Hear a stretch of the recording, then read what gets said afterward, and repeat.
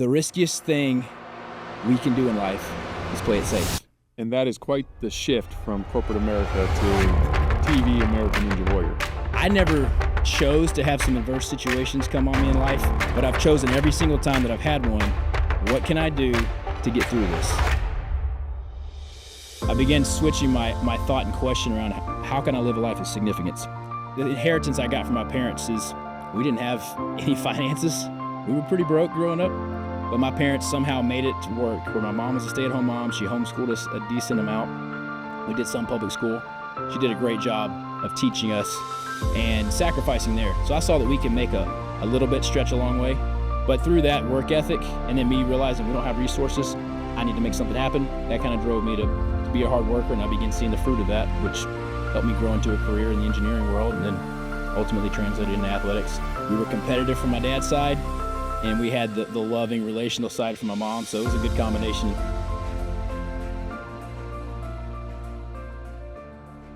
Welcome to the show. Thanks, Jeff. So excited we finally get to make this happen. I mean, fun fact for the audience, your two brothers have worked with me for many years. Actually, Ben was my very first employee ever at Everbowl, and I have been hearing the legacy, the myth, the legendary stories of their big brother, and I never actually met you until today. Hopefully I measure up to the stories, but yeah, I was just telling some of the guys on your team, it's been 10 years since Benjamin moved to San Diego on a whim. He called me one day, he goes, man, I met this guy, Jeff Fenster. He's cool. He's done some interesting things, and he's got this idea to do this new thing. I'm like, what does that look like, Ben? And he goes into describing what has now become Everbowl. Mm-hmm. So before anything had really happened, it was an idea in your head, and I got to be behind the scenes and hear that and progress through life. And so thanks for being a substitute big brother. Well, I had to step in, but your two brothers are unbelievably dedicated, hardworking, highest quality humans. Proud to have gotten the opportunity to work with them both. They both became franchisees. They're killing it in life. Yeah. So I assume that they got all that from you. And every bit of it. I'll take all the credit. And you guys grew up in Georgia, right? Yeah. Valdosta High? So Louisiana until I went to college at Louisiana Tech. And then my parents moved, and they moved with them. So then they grew up, went to high school in Valdosta. Okay. We're actually, because we are just about to open our first Everbowl there, and I got the fun fact that Ben went to high school there. I'm like, you made it to Valdosta now? Making it to Valdosta. Wow. Yeah. But less about me, more about you, because for those who don't know, this man does everything at the highest level.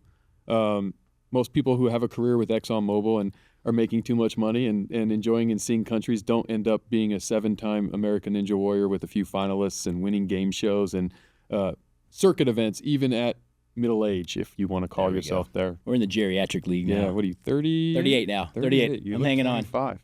You guys are giving me hope. But I got a question, because knowing your brothers as I do, there's something about the Burkhalter boys. I was going to say Benjamin. The Burkhalter boys that I find fascinating. What did your mom and dad instill in the three of you that you guys have such a dedicated work ethic and can sacrifice and make the sacrifices, whether it's your diet or some challenge you're doing, and stick to it? There has to have been something in the home with the three of you that created this. And I mean, you have a sister too. Which, yeah, two sisters. Oh, I only met one. Yeah, you probably met, I don't know who you met, Elizabeth or Lydia. One's a bossy type, and the other's very smooth, sweet, and easy to be around. Well, tell me, what was it? How do you guys all share this quality? Good question. I'd say my dad's very type A, driven, structured athlete. Mom's way more grace, charm, sweetness. But one thing I noticed that they inherited from my grandparents, very good attention to food, what we're eating. So margarine was never available to us. We were very limited on what we could enjoy as far as Cokes weren't allowed. So we didn't have a lot of sugar, didn't have a lot of processed food. And that stuck with me growing up. And now as an athlete and in the corporate world, you got to maintain your mental health and clarity. So I've always dialed in and paid attention to the things we're eating. I got that from my parents. And I got the discipline mostly from my dad. My dad was a pastor growing up, so we were in small churches in Louisiana and Tennessee. And we did a lot of work and help behind the scenes to make things happen. So from a young age, I learned how to chip in, how to help. And my brothers learned that as well. Like, where do we need to take care of the problem that popped up? I think between my dad's work ethic and my mom's commitment to the family, she was always focused on how do we take care and make sure everyone is engaged, everyone feels loved. And for me as the oldest, as I grew up, I wanted to make sure that our family unit was intact. It was tight. So I always tried to maintain the relationships. And I've gotten to pour in a lot to my brothers who you've gotten the experience of being in their lives and pouring into them, teaching and leading them and doing things that I couldn't do. But the inheritance I got from my parents is we didn't have any finances. We were pretty broke growing up, but my parents somehow made it to work where my mom was a stay-at-home mom. She homeschooled us a decent amount. We did some public school. She did a great job of teaching us and sacrificing there. So I saw that we can make a little bit stretch a long way. I remember going to Walmart with mom, getting a full load of groceries for like $100, and that'd last us a week or two. Now I can go get $100 of groceries, and that lasts me like a meal and a half, 2-3 meals. So getting a lot of the character pieces from my parents, I saw them put in a lot of work, and they cared about other people pretty genuinely. Now that was a life of faith and belief in what God's called them to do. But through that work ethic, and then me realizing we don't have resources, I need to make something happen. That kind of drove me to be a hard worker, and I began seeing the fruit of that, which helped me grow into a career in the engineering world, and then ultimately translated into athletics. Yeah. And your life is a testament to that. So I think there's no secret sauce there other than we were competitive from my dad's side, and we had the loving relational side from my mom. So it was a good combination in their marriage. No, it makes sense.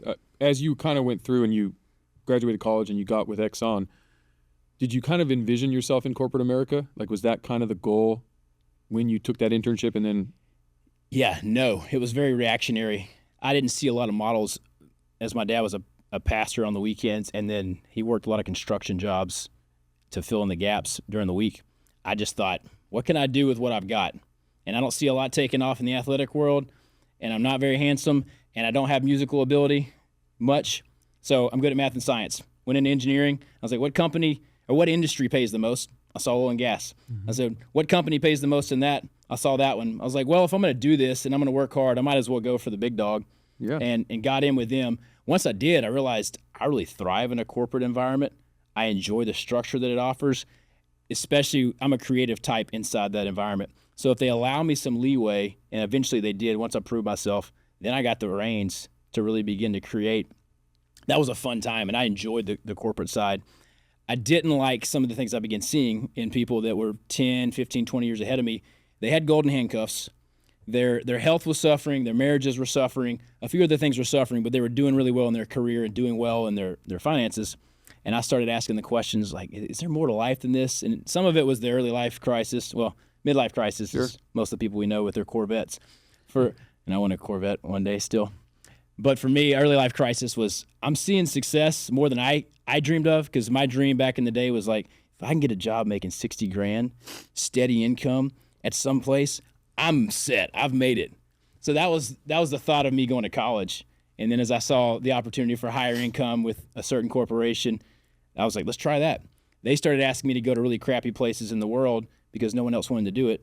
I'd learned a long time ago, if you do what other people aren't willing to do or don't want to do, it's going to set you up to be able to move ahead and get what they never could have. Mm-hmm. So I started saying yes to the crappy locations, Bakersfield, California for a while, South Louisiana. Shout out to my people in South Louisiana, where I'm from. Drew Brees, he was one of my big inspirations when I was in college, watching him win the Super Bowl. That was a fun athletic thought of like, that guy overcame some serious setbacks and injuries. That's a side note, not really relevant to this progression. But seeing how I don't think what I want to accomplish in life and do in life and reach a place of significance is going to come from the corporate world. I feel like you don't have to sell your soul, but you have to be so committed there that all you're going to get from it is a decent salary. Sure. How do I live a life of impact and still create revenue, create impact, bring value? So I began searching for that. And in that God conversation is when I thought, maybe it's time for me to step away from the corporate world because this is my place of security. What else could I do? And I started asking some of the deeper life questions. And God, what am I doing with my life? That's when American Ninja Warrior fell in my lap. Yeah. Which, other than the $1 million potential prize, and I didn't think I was qualified or had the potential to actually win that, I just thought this would be a cool challenge. You and I understand, keeping up with a good challenge. Sure. I thought maybe my brothers will get into this with me. I got to stay ahead of them. They're always trying to catch up on whatever the thing I've mastered. So I went for that, and it ended up over the next 4 to 5 years redirecting my life a bit. But I didn't foresee getting into the corporate world.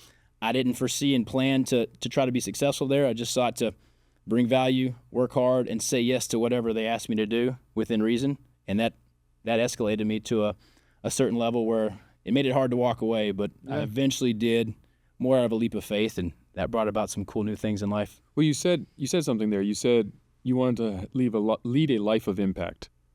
What does that actually mean? Because I think I know what it means, but that could mean something different to everybody. So when you say that, do you mean that as a religious side, as a financial side, as a everything side? Is it as a legacy that you want to be remembered? Like, what does that word mean when you say, I want to lead a life of impact? Good question. I would say it encompasses most pieces between the spiritual legacy, the relational, the financial. But my desire of impact is one of significance. So when I think about, I want to be successful, I think all of us do. Anyone listening to the show, they have a mindset of success and making their life count. And I think about success when I achieve something that I think is going to give me more satisfaction. I get there and you realize, all right, that's just like eating another scoop of ice cream. Tasted great in the moment, now it's gone. What's the next thing? I began switching my thought and question around how can I live a life of significance? For me, it comes back to my faith in God. What was I created to do? Why am I here? What can I do that's going to have the greatest level of impact? And by impact, how do I help someone move their life forward? How do I get them out of a rat race mentality of like, I have to impress the world, thus I'm going to sell my soul to achieve a certain thing in a corporation or at a business, and switching it more from where I entered the corporate world, which was how do I make the most amount of money and get myself into a good financial place? Yeah. Not a bad thing. I think it's great that it's foundational. Lead ourselves. If you want to have a bigger impact, having resources allows you to do it. Absolutely. So building that foundation, but then getting out of the place of I have to have this specific thing and dreaming bigger. For me, it was, can I or should I step into the entrepreneurial world? That scared me a bit. Even as I heard stories about Fenster and what he does, I'm like, man, I'm not cut out for that world. But maybe there's still a unique new way. So I began to pursue more of the impact passion projects. So my desire to make an impact was more of, I don't impact that many people in ExxonMobil. I have some good relationships. I'm moving the bottom line. Great, I just saved us $20 million on this project. Or we're able to complete this, and that's going to make us $100 million over the next 3 years. Awesome. And I get a nice 20%, 25% raise at the end of the year. Sure. I'm like, all right, I need more time and more money back for the contributions that are starting to happen. And how is that impacting someone's life? It doesn't. And I'm sure what you've had to build in culture at Everbowl is connecting one sale, one bowl to a customer, to meeting a need, to getting someone excited about the brand, the vision, the health change that y'all are doing. And for me, I was like, I don't feel that my soul is really connecting to this. What can I begin doing? So I started searching just personally, what can I do in my spare time to feel like I'm making an impact? So that led me into saying yes to a church that invited me to go drill a water well in Latin America. So I go to Latin America, Nicaragua. I've already got a little bit of oil and gas experience drilling, plugging wells, producing something. So I got to go help drill a water well for a little village. And when I heard about the global water crisis and what happens globally, how many people are in need of having just clean, hygienic water, how that affects education, mostly women. They can't go to school because they're stuck walking multiple kilometers to go get water so that they can have something to wash themselves with, to cook food. A lot of kids are dying from malnutrition and sickness from illnesses in water. Started hearing about that, and I'm like, I'm overwhelmed at the hundreds of millions. I think it's 700 million that are still in that crisis. Overwhelming on the number, but hey, I've got a little bit of a unique set of skills. Mm-hmm. I've got a special set of skills here, and maybe I could go make a difference in this one spot. So we did a little fundraiser, raised $5,000, drilled one water well. Man, it was an incredible experience seeing the locals and how fun and engaged they were. Learned a few words in Spanish, which is coming to handy later as I've gotten into the Latin American community a little bit more in depth. And we'll talk about that in a minute. But beginning to see that impact, I'm like, I can do something with this. Why don't I do a little bit more?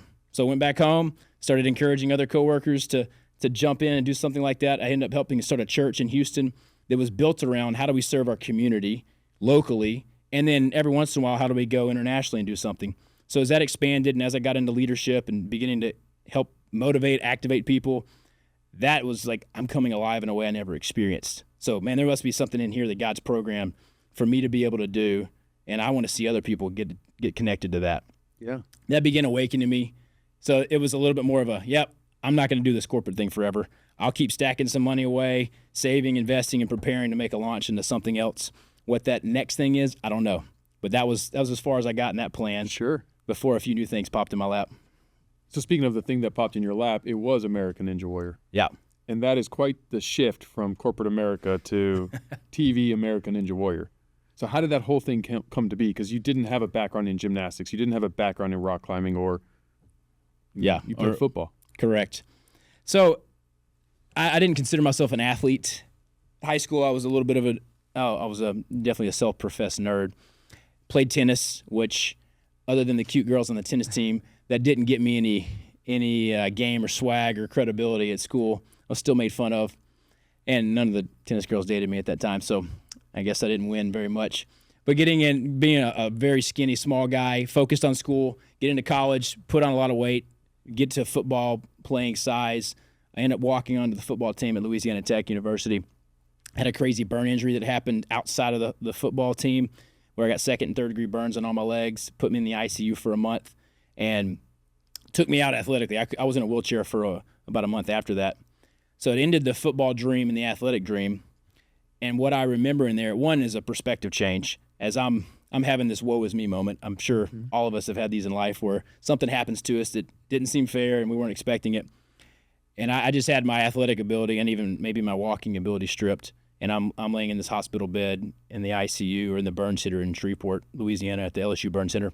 And I'm kind of complaining, like, man, this isn't fair. Like, why does this happen?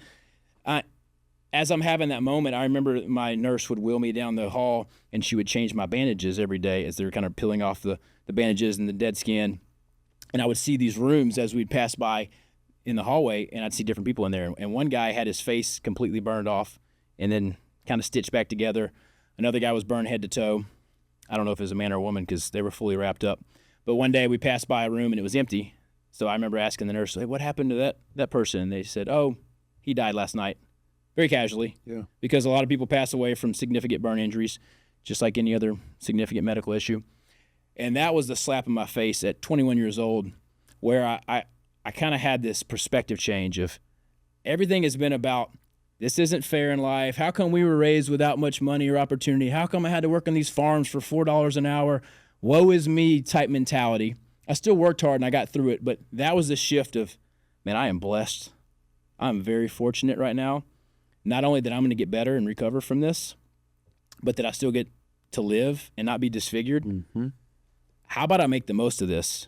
And so I had some lawyers hit me up in that time and they said, your case is one where you will make a lot of money and we'll be able to go before a jury and we can plead your case and the woe is me thing about just a good-natured guy working hard on his engineering degree and now gets hit with this horrific injury.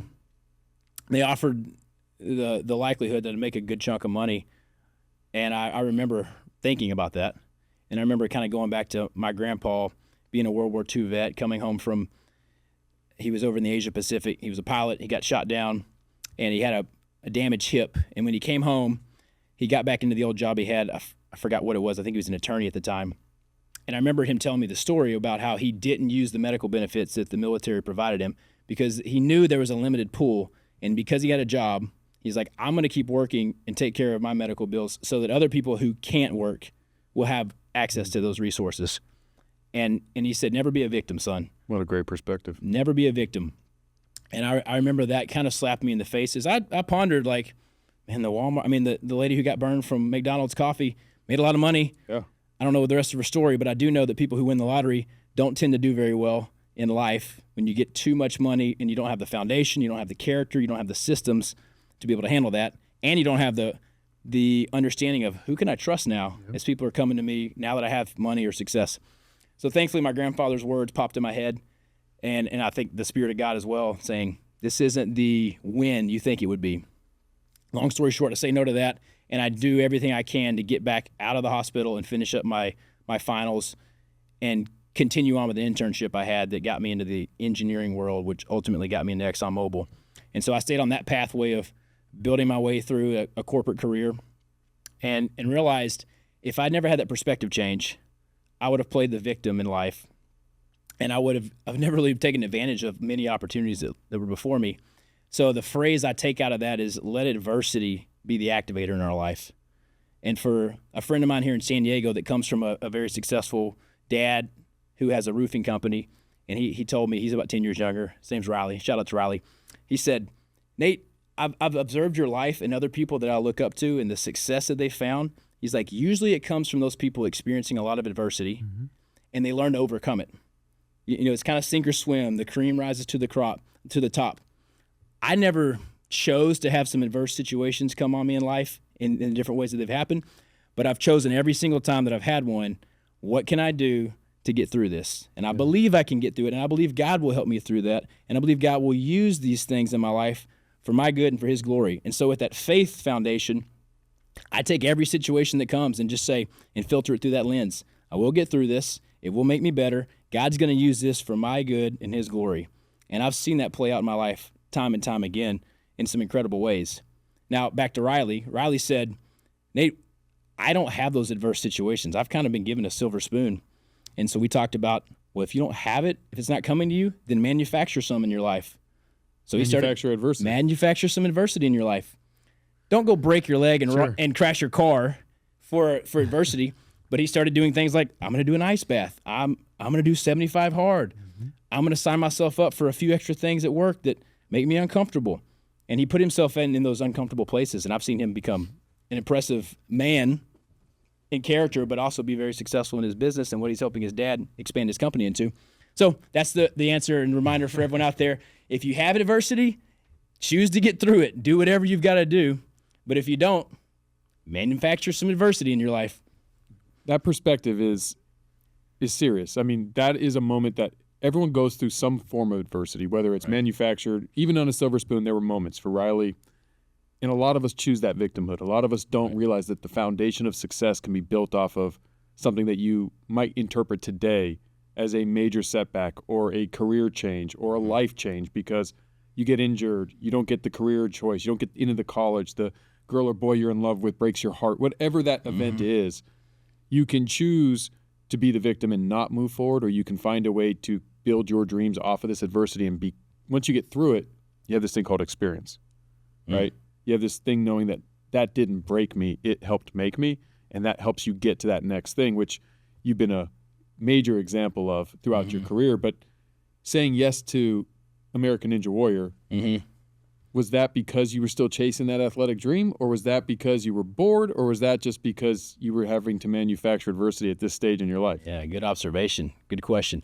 It came, the biggest piece of seeing American Ninja Warrior, I realized I was living more in regret than I was in the pain of failure. So I had more pain of regret than I had pain of failure, which means there were too many times in life when I didn't go for something or I didn't fully go for it. There's plenty that we do, and I'm talented in some areas of life I now recognize. I'm sure everyone listening can see the elements of their life where they're talented, and their 60% effort gets them by more than enough, where other people think, man, they gave it their all there. Sure. I was doing that in a lot of places in life because I was afraid that if I went after something with 100% effort or focus, if it didn't work out, if I failed, whether it was a relationship, whether it was a business thing or sports, then that failure would define me. So I never gave something my all. It was a spiritual shift for me in that season of life when I realized, man, if I don't start laying it all on the line, I never know what I truly could have become. And two, I'm going to continue stacking up a lot of regrets. So when American Ninja Warrior came across my lap, I realized it's not just athletics. It's public failure if you don't make it on. If you do make it on and don't do well, it's public failure. But what happens if you go for something fully? And that was the first time I ever fully laid it all on the line. I was like, I'm going to do everything in my power to try this, to go after it, to go for a dream. Because I remember in football, I almost made the team and I had that injury. And then I had 3 more years of eligibility after that, but I just decided to focus on engineering. It was probably a smart decision. But we make a lot of wise and smart and calculated risk and smart decisions. But every once in a while, you got to go for something that really sets your soul on fire. And when I watched that on TV, I watched this guy go through it. He was from Houston. He was an immigrant. He hurt his leg, partially fractured his ankle as he was running the course, and he still finished it. And you just see the pain in his eyes. And yet, when he hit that buzzer at the end, just the jubilation of probably years of him trying this, I saw that spark in his eye, and I was like, I will do that. I will do whatever it takes to get there. And that took the next 3 years of my life to get to that point. And I had a broken ankle. I experienced a lot of what I watched in that one episode. But it sparked something in me where I was like, I have to go for something so fully that if it doesn't work out, I know I laid it all on the line. Instead of the what if. Well, what if I'd given it my full effort? Because I had a lot of those regrets of either not trying or not giving my full effort. Yeah. And thankfully, having that tenacity of what I was raised in, just deciding, here's what I've set my mind to do. And I thought I'd do it in the first year, and I didn't. In the second year, and I didn't. Third year, after being rejected for 2 years of the show through an application process, you don't try out, you apply. Finally got accepted and did well enough that it gave me a TV show feature, and they highlighted one of the trips I'd been on where we're drilling a water well. Sure. And so when that popped up, then I got asked to go speak at a church, like a men's conference, and then speak to some corporate event that was tied to how do we give back to the community. Now, I had grown up being terrified of speaking. While I have a little bit of energy and personality, and actually I'm here in San Diego because I just spoke at a school event a few hours ago. So now it's one of the things that I get to do and I enjoy, but I was terrified of it back then. And I think God tricked me when he gave me a little carrot of American Ninja Warrior, where I was like, I could be an athlete. Yay! When I got into that world, you realize this is TV. TV is all about communication, entertainment, keeping people engaged, and then there's that thing you do. And this dance monkey thing that I got to do was the athletic side of Ninja Warrior, which it's fully that. It's awesome, by the way. It's fully an athletic endeavor, although you're not set up in the sense of what we see guys on the NFL getting to do and the treatment they get versus what we get behind the scenes. But that's TV versus, real sports. Either way, it got me in the door of beginning to activate a new thing in my life I didn't know I had or would love to use, which is communication and be able to speak. So God tricked me with that one, and now I'm getting to operate in the place of the engineering world's behind me. Yep. American Ninja Warrior probably behind me. I'm pretty well aged out of that as far as being a really strong competitor. So athletics are starting to fade. But you did get exalted. But now a new thing popped up. That's right. As the transition between the corporate world, when I finally decided to leave that, I had just gotten back from another shift in Africa. I lived in Africa for a year, went to Norway for a year and a half on an expat assignment there. Back to Africa, and as I was wrapping that up, I said, guys, it's time for me. I talked to a manager. I was like, it's time for me to pack it up. And they were like, what company's paying you more? Did Chevron offer you something? What's going on? Who's offering you more money? And I said, it's not about money. I feel like it's a God thing. It's time for me to walk away from this. This has been a great life experience. I've learned a lot. It's set me up well, but I've got to do something else. And they're like, well, what is that? I said, well, I'm doing a mission trip. I got a speaking event at the school. They're paying me like $500. He's like, "What, are you crazy? Is this a religious thing?" I was like, you could classify it as that, sure. He goes, "Bro, I care about you. Don't do this. You're an idiot." And I was like, "Thank you." I won't say his name. Good guy. I was like, "Thank you. I got to leave." I quit. Mm-hmm. A couple months later, out of nowhere, a TV show hits me up and says, "Hey, we saw one of your runs on American Ninja Warrior where you made it to the finals round. You beat it. You had food poisoning. You were massively sick. You overcame an injury that had set you back before that." And we were impressed with that story. And I was like, "Yeah, but I didn't win. That was the round where I made it to the last round on Ninja Warrior, and then I failed. And I had a massive food poisoning that happened that hindered me a good bit. But I was able to get through one of the rounds. Anyway, they saw it, and what was a failure for me on my final season, it was my best season, but I didn't win. And I just quit my job. So I thought, as I quit this, maybe I win Ninja Warrior this year. Maybe it's the party in the clouds and the God moment. I didn't win. I had a lot of adversity. And while I didn't quit through it and was proud of what I did, it didn't yield me anything. Right. So I thought. So now I'm jobless, essentially. I haven't won the show. I'm recovering from some injuries. And I get a call from another network. And they said, "We saw that run. We love the heart you showed. We love that you've been doing some stuff internationally. And we love that you've overcome some injuries. You want to check out our TV show? It's in Latin America. It's Survivor meets American Ninja Warrior. There's former pro athletes, MMA fighters. Don't worry, you won't have to fight them. Jorge Masvidal was on it. Then we've got some NFL athletes, some Olympians, and we just throw you all together in a nice athletic brawl, and you have to survive at night. So there's no phones, there's no TV, there's no internet, there's no air condition. It's all in Spanish, and you be the one guy that doesn't speak Spanish. You're the gringo." And so I was like, does it pay? Like, "Yeah, it pays." It's like, "Okay, I'll try it." So what I thought would be a couple of weeks of an adventure down in the Dominican Republic in 2020 turned into a 6-month TV show where we competed every single day. And because of the outbreak, the COVID pandemic, it was their best performing TV show. And then it began getting even more views because of that season. So they couldn't afford to take it off air. So in our contract, while they told us this season could last up to 10 weeks for the winter, they just kept extending it on us. And I was doing so well in the competition. I'd won several SUVs at that point. I'd won several prizes. I was at the top of the leaderboard on my team, having fun while going through hell. Sure. Especially like the tarantulas and the no air condition. As a gringo, like, man, I need my sleep and I need air condition to sleep. That was rough. So we were in a shack in the woods with an outhouse. And that part was tough. But they kept us on air and said, you can quit if you want to, but you're not taking home anything and you're not going to win the grand prize that you have a potential to win. Which was how much? At that time, it was $200,000 for the main prize. So we were kind of getting a salary that they don't know about on TV, or the audience doesn't know about on TV. We've negotiated a salary, and then you can win prizes that the audience knows about in the grand prize. Right. So it's like what you can win on TV, and then behind the scenes, what you're getting paid. So I decided, hey, nothing else is going on, so I'll stick it out. And through a broken ankle, through what I thought was a broken neck, and rupturing a couple of vertebrae on my neck, and a couple other injuries, I almost quit just for the sake of, I don't want to die here.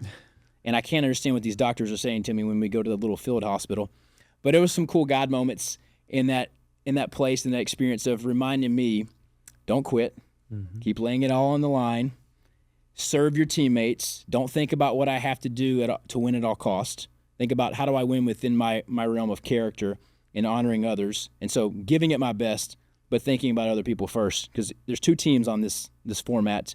But eventually, as it whittles its way down like Survivor, where you get to a few people left, then it becomes a free-for-all where it's every man for themselves.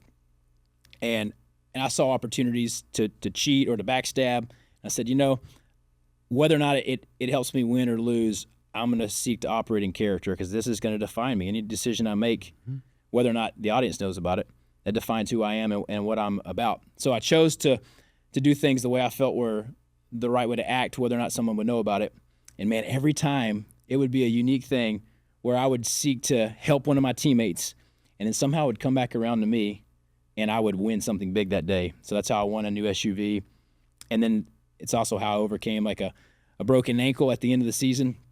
I'll share that one quick story as we wrap up this Exatlon experience, which is I thought was going to be a once-in-a-lifetime thing, and then I ended up getting to go back for an all-star season and possibly again.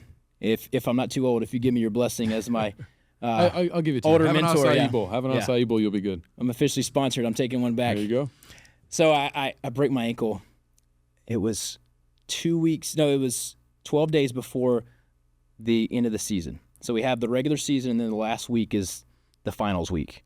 So you have like 6 days of elimination every day until the last person standing. So just before then, I break my ankle on a course and go to the doctor. He's like, your ankle's broken. We're going to put a cast on you. You're out of the show. They'll bring you back to the ceremony and tell you, like, goodbye. I tell the doctor, long story short, I was like, I don't feel peace from God that I'm supposed to take this cast. So give me a walking boot. So he gives me a walking boot after a lot of Spanish cuss words that he says to me. I take my walking boot. I go back to the show, my crutches. And by day 11, they put me on the platform where we make our announcements every day. This is a show that's on every day. It's not just once a week like American Ninja Warrior. And I say, hey, I feel like I believe I'm healed from this injury. And there's a few things that went on behind the scenes that I won't go into the detail right now. But I say, I'm good to go. I'm going to keep competing. And then the producers, like on the show, they're like, no, to the announcer, no, you're going to be eliminated because of your broken ankle. I was like, it's healed. And I take my brace off, or my boot off, and I start jumping around on my ankle. And everyone in the production side starts losing their mind because I'm a liability. If my ankle splits fully in half, then they're going to get sued. I force their hand by showing the audience that I'm capable of still running. The production company can force people out from time to time, and so the audience will get upset about it. But if the audience doesn't know, then it gives the production company a lot more power and leverage. So anything I can leak to the camera that gets out helps my cause, and I felt pretty clear that I'm not done on this TV show yet. So I take my boot off, jump around. The audience gets to see that I'm okay. So if I do get eliminated now, as per the plan, they're going to help fight for me that it was an unfair elimination. And so I didn't get to go down swinging. Long story short, they put me back in the show the last day of the regular season, and I not only win that day, but I win a new SUV as the final day's prize. And then we begin the finals week, and I end up eliminating every other competitor and walk away the grand champion of this. All right, so, yay, cool, Nate. That's fun. the cool part was I had walked away from this feeling pretty clearly through a lot of reasons and taking some calculated risks. I'd walked away from my career in the engineering world from ExxonMobil because I felt God saying, it's time for you to walk to a place where you get to impact more people as you've prayed, as you've desired, but it's going to take risk and it's going to take faith. And the corporate world laughed at me for that, which I get it. Sure. So when I leave this show, I just had 6 months of employment, getting paid more than my engineering salary, and picked up some cool prizes and won the grand prize. I call my old manager back, this is like 8 months later, and I'm like, how you doing, man? Because the pandemic had totally upended most industries. And he's like, dude, it's a bloodbath. I've had to let go of almost everyone on the team. He's like, people that have a family, blah, blah, blah. He goes, but because I didn't have to try to protect your job, which you probably would have lost, I was able to save one guy with a family with a wife and kids. So that's a good thing. And he goes, how have you been doing? And I was like, man, you know that weird God prompting that I had when I said I was going to leave? He goes, yeah. I go, I made twice as much money in half the time on this TV show. I ended up winning it. It was a miracle. Everyone watching said, dude, God was with you in that. The way that you played, the way that you honored other people, the way that you lived, in character. You're like, God bless that. You impacted a lot of people. So I was just like, you were right. I was crazy. But man, you wouldn't believe what happened. And he just reminded me, he said, if you hadn't left, if you had stayed there like I'd asked you to do, you would have lost that job. But because you left, apparently you had this incredible thing happen. Mm-hmm. And from that, I just coined a phrase, the riskiest thing we can do in life is play it safe. You should say that again. And man, I'll say it again. Yeah, this phrase that I got from that experience was the riskiest thing we can do in life is play it safe. Because man, when we try to grab hold of something, control it, secure it, make sure it's there and it's ours, it somehow just slips through our hands like sand. But it's like that old metaphor of just like learning to let go of something. It was incredible what God brought back around in my life through something I never envisioned, never thought of, never dreamed of. So it brings me to a scripture. I know this isn't a spiritual podcast. This is very business, and I fully believe in operating in business. But within that realm, I remember the scripture growing up, or even Jesus talks about. He said, if you're, for those who have faith in him and live their life in that context, he says, for those that are willing to lose their life in the life that they know and walk away from that for my sake, they'll find life. But for those who try to cling to it, to hold it desperately, to control it, they'll end up losing it. And like there's nothing certain in our life. There's nothing we can fully control. And so in a place in my life where I just surrendered and said, okay, God, I trust that this is of you. And if I make a mistake, we can recover from that. But I walked in that place and I turned around and experienced an incredible blessing that not only was great for my life, as I got out and had thousands of messages and massive social media increase because I had no idea what's going on in the real world. Sure. I didn't know about COVID. For the most part, they hid that from us. We eventually found out a little bit and we started having to wear masks in our competition. But I was like, man, God really blessed the desires that I had of seeking to do something different, bigger, more exciting, and also to impact other people. And I still had a financial blessing in it. And I invested that into a real estate project over in Florida that I'm still working on. It's been fun. So, this path I've taken between the corporate world into how do I live a life of impact? And then how do we bridge both of those? In a corporation or a business like you've got with Everbowl, you get to impact lives. Obviously, it's business, so it has to create value, thus create revenue. But it's kind of a fun way where you've created an environment where you host people, you made great friendships and networks. I mean, more importantly, I think what I take from your story is, and these are repeatable traits that people at home can deploy that you've learned, which is to not be a victim and to take adversity and use that as the foundation of what's next. Yeah. To trust the fact that by saying yes to opportunities and putting all of you into it, doors will open and you'll get things just in time and you don't have to know the entire outcome before you start. You can start now and do it. And that's what I'm learning just listening to you. That's a word, yeah. And watching how you took that journey of not having a dedicated career path, because some people are like, well, I don't have, and I didn't figure it out. And you came from minimal means in a area of the country that isn't filled with opportunity. You said yes to college. You walked on. It didn't work. You picked something else. You took an internship. You had a successful corporate career, getting to travel the world and saying yes to things that others wouldn't.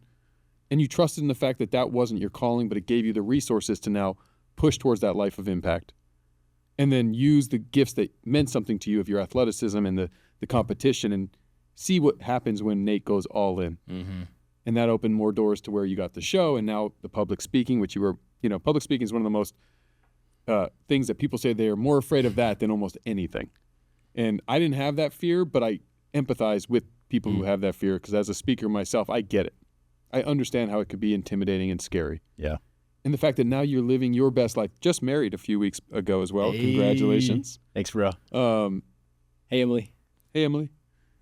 And something else that you're working on, which I know we don't have a release date yet, but a book. I'm launching my first book, following in the path of Jeff Fenster. Oh, no. Hey, I got a lot of value from your book as well. Thank you. As many people have. So yeah, I'm launching What's one. the name? It's called No Limits. And isn't that a perfect name for a book by you? That's the mantra I go by. A phrase I have is there's no limit to what God can do through a life fully surrendered and fully all in. And so with the unique experiences I've had, I've been inspired by a few friends and authors.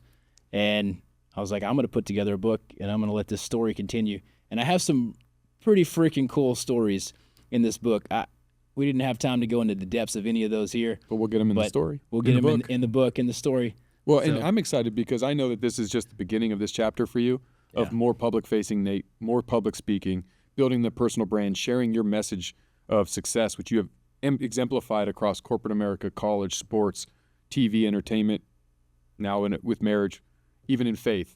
Your dedication and commitment to living a life the way you expect, with those morals, with that moral compass in front of you, and not bending to opportunities that you think are going to help you right now, but looking at the big picture and saying, no, who I am today is who I'm going to be every day.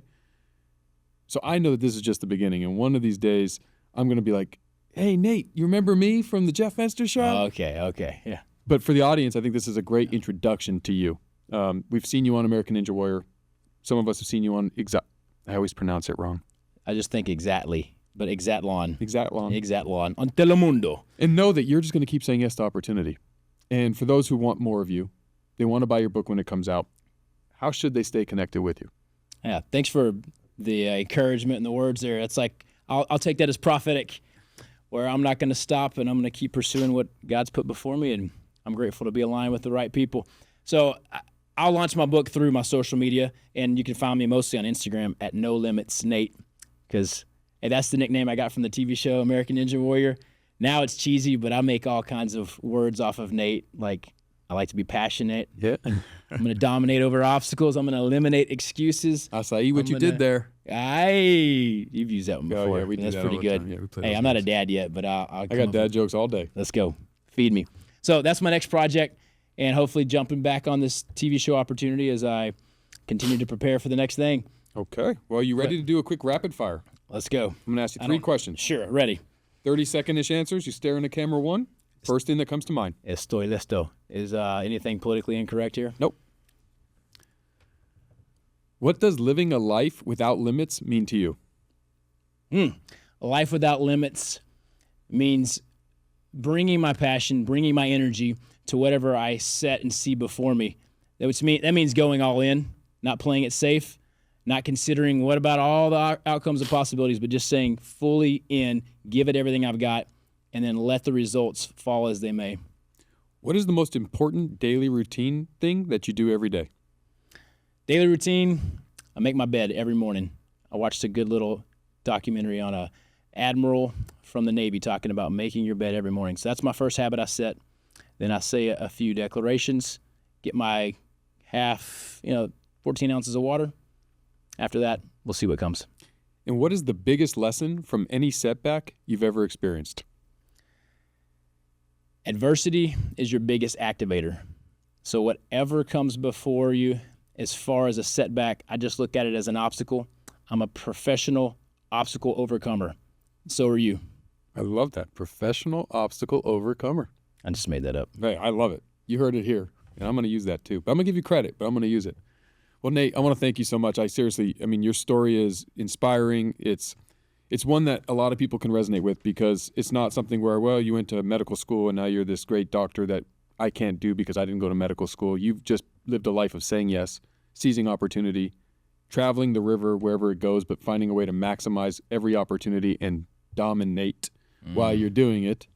So I want to thank you, because I know that there are a lot of people who are going to listen to this and say, oh my gosh, if Nate can do that, I need to implement those same things and I should get the same level of results. And stop playing victim, stop playing small, stop doing the biggest risky thing you can do, which is not taking playing risks it safe, not taking risks. That's good, Jeff. So thank you so much, man, for coming on. It's great to finally get to hang with you, having spent so much time with your brothers, and I'm proud of you as a quasi cousin of the Burkhalter family, and just another example of what you're doing for your family name, for the community. And I know all the things that you do that we didn't get to talk about to help the community, what you're doing in Dallas, and we have mutual friends that you participate in with charitable work in the Wells and Latin America and all those that are in need. So thank you for being you, man, and thank you for coming on the show. Yeah. Honored, Jeff. Thank you. And to those watching, to those listening, never be afraid to reinvent yourself. I've heard other people say that, but I have done it in 3 different ways. And right now I'm still figuring that out. I don't have it fully there.